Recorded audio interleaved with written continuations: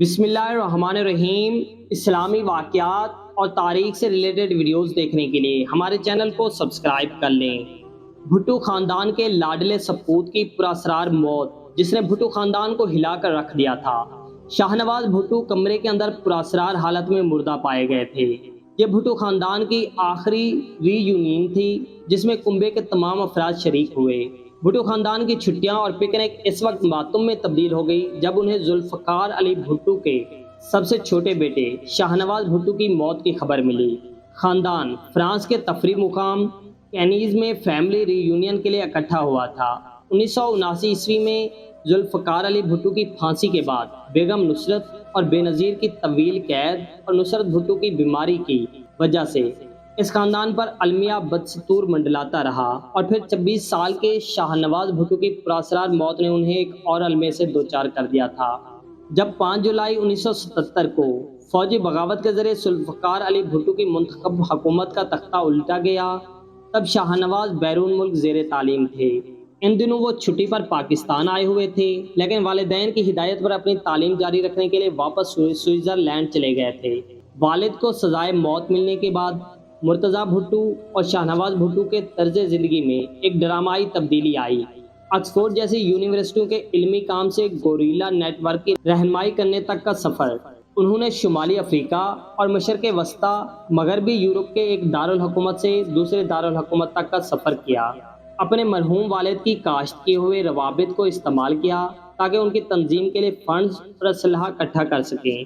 شاہ نواز بھٹو اپنی اہلیہ ریحانہ اور 3 برس کی بیٹی کے ساتھ چند روز قبل ہی اس اپارٹمنٹ میں منتقل ہوئے تھے، جبکہ ان کی والدہ نصرت فرانس کے جنوب میں زیر علاج تھی اور بے نظیر رہائی کے بعد لندن میں خود ساختہ جلا وطنی کی زندگی گزار رہی تھی۔ خاندان کی ری یونین کے لیے مرتضیٰ بھٹو دمشق سے اور صنم بھٹو لندن سے اپنے شوہر ناصر حسین کے ساتھ فرانس آئی تھی۔ رات کو دیر تک خاندان کے افراد گھومتے اور گپ شپ کرتے رہے۔ اگلی صبح شاہ نواز کی اہلیہ ریحانہ نے بیگم نصرت بھٹو کو اطلاع دی کہ شاہ نواز کی وفات ہو گئی ہے۔ بے نظیر بھٹو کا کہنا ہے کہ انہیں صنم نے بتایا کہ شاہ نواز کو کچھ ہو گیا ہے۔ بے نظیر بھٹو نے اپنی آبیتی مشرق کی بیٹی میں واقعے کو یوں بیان کیا ہے: صنم بیڈ روم میں چلی گئی، جلدی سے ہمیں جانا ہے، جلدی، اپنا بچہ میرے حوالے کرتے ہوئے صنم نے کہا۔ بے نظیر لکھتی ہیں کہ جب امی تیسرے ہسپتال کا نمبر ڈائل کر رہی تھی، اتنے میں مرتضیٰ بھٹو اندر آیا۔ وہ ٹوٹا ہوا لگ رہا تھا، خاموشی سے کہہ رہا تھا، میں نے دیکھا اس کی وفات ہو گئی ہے۔ یہ الفاظ ان کے منہ پر تھے۔ نہیں، میں چلائی، امی کے ہاتھ سے فون گر گیا۔ یہ سچ ہے ماں، مرتضیٰ بھٹو نے اذیت بھری سرگوشی کی، میں نے مردے دیکھے ہیں، شاہ نواز کا جسم ٹھنڈا ہے۔ بے نظیر نے شاہ نواز کے فلیٹ پر پہنچنے کے بعد وہاں کی صورتحال کا ذکر بھی کیا۔ وہ کہتی ہیں، شاہ نواز کافی ٹیبل کے پاس کمرے میں قالین پر پڑا تھا۔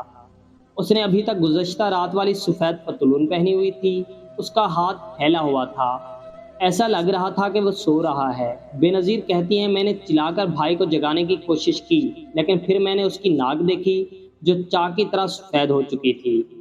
بہت بڑی گڑبڑ ہو گئی تھی، اس کا جسم ٹھنڈا ہو چکا تھا۔ خدا جانے کتنا وقت شاہ نواز زندگی اور موت کی کشمکش میں رہا ہوگا۔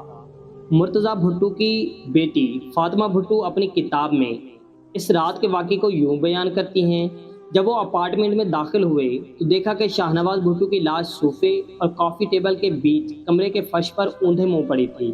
شاہ نواز کے سینے پر نیلے رنگ کے نشانات تھے، اس کا چہرہ پہلے ہی نیلا اور سیاہ ہونا شروع ہو گیا تھا۔ مرتضیٰ بھٹو کو زہر کا شبہ ہوا اور اپارٹمنٹ میں تلاش شروع کر دی۔ 1 سال قبل ان بھائیوں کو زہر کی چھوٹی سی شیشیاں دی گئی تھی کہ اگر وہ کبھی ضیاء کے حکام کے ہاتھوں گرفتار ہو جائیں تو استعمال کر لینا۔ شاہ نواز کی ہلاکت سے متعلق طرح طرح کے مفروضے صرف فرانس میں ہی نہیں بلکہ پاکستان اور دیگر ممالک میں گردش کرتے رہے، جو آج تک کر رہے ہیں۔ 18 جولائی 2021 کو صحافی سہیل سانگی نے BBC کو بھی یہ بتایا تھا کہ ان کی لاش کے قریب ایک خالی شیشی ملی تھی جس میں شاید زہر تھا۔ سب سے زیادہ اس تھیوری نے زور پکڑا کہ شاہ نواز کو کس نے زہر دیا تھا۔ اس قیاس رائے کے مطابق شاہ نواز اور ان کے بھائی مرتضیٰ ایجنٹوں کے ذریعے اغوا کیے جانے کی صورت میں تشدد سے بچنے کے لیے ہمیشہ زہر کی گولی اپنے ساتھ رکھتے تھے۔ مرتضیٰ اور بے نظیر کو یقین تھا کہ انہیں زہر دیا گیا۔ شاید ان کی بیوی کے ذریعے ان کا خیال تھا کہ اس نے ایجنسوں کے ساتھ گٹھ جوڑ کر لیا۔